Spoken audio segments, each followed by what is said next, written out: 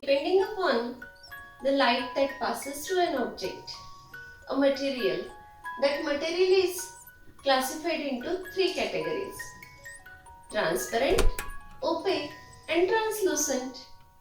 In Marathi, transparent is called pardarshak because it goes par. The light goes beyond that object. Then opaque, apardarshak, opposite of transparent, and translucent, that means ardhapardarshak, semi-transparent. See, we will study them one by one. Transparent. The definition is the material through which light passes is said to be transparent. The examples are glass, water, clear glass and clear plastic, polythene.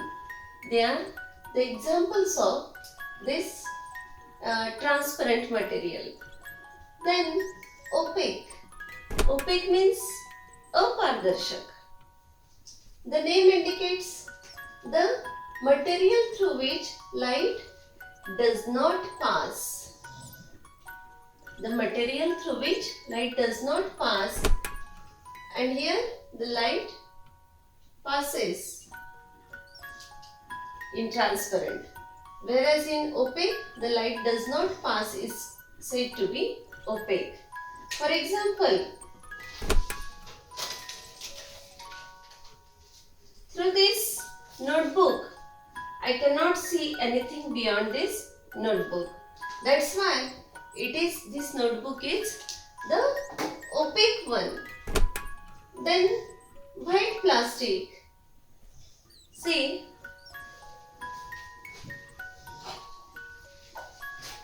this white plastic, it is also an example of opaque. Then cloth. This cloth, it is an example of opaque. Metal, stone.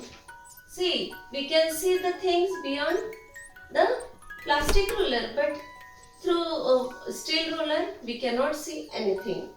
Then acrylic. These are the examples of opaque substances. Then translucent, the material through which light passes partially. See, partially. It is said to be translucent. That means ardhapardarshak. Now what happens through this wax paper or butter paper? What happens? Light passes partially. Some part of light it passes through that paper, whereas some part it is not passing through that paper. That's why it is called translucent. The examples are tinted glass, oil paper, wax paper. These are the examples of translucent substances. Now we will see how shadow is formed. We will study what is shadow. Shadow means chaya or savli. When an opaque object comes in the way of light source, it remains dark, and this part is called as shadow. For example, if I pass the beam of light through torch on the wall, and if I take any opaque object in the light source, see, if I keep it here and I am passing this beam of light on this opaque object, there will be no light beyond that object, but there is the dark part, and that dark part is called shadow. Now if I move away from this opaque substance or this vase, what will happen? The shadow will be different. See, if I go closer, the shadow will be different. If I move it up and down, there will be different shadows. Close, right, left, there will be the differences here. That means shadow depends upon the source of light, the object as well as surface these three things, they affect the shadow. Which are these three? Source of light. That means this is the source of light. Object, this vase, and the surface on which we are trying to make a shadow. The largest sundial is at Jantar Mantar, New Delhi. Now you will think, what is sundial?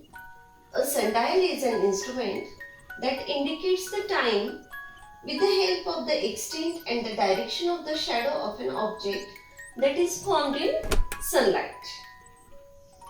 In earlier days, what did people do? They use this sundial for noting the time. And how they noticed it? See, time was measured by placing a stick parallel to the axis of the earth, and by noting the position of its shadow on the dial at different times of the day, they were noting the time. And this largest sundial, it is situated at Jantar Mantar. On 28th of February, we have celebrated National Science Day.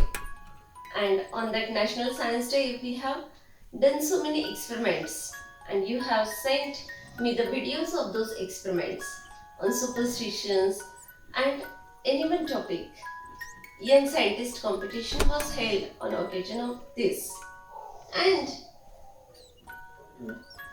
it was celebrated in memory of Dr. C.V. Raman. He was the Indian scientist who was honored with the Nobel Prize, and he was honored with the Nobel Prize for his Raman effect. It was discovered on 20th of February 1928, and that's why from that day this 20th February is celebrated as National Science Day in memory of Dr. C.V. Raman.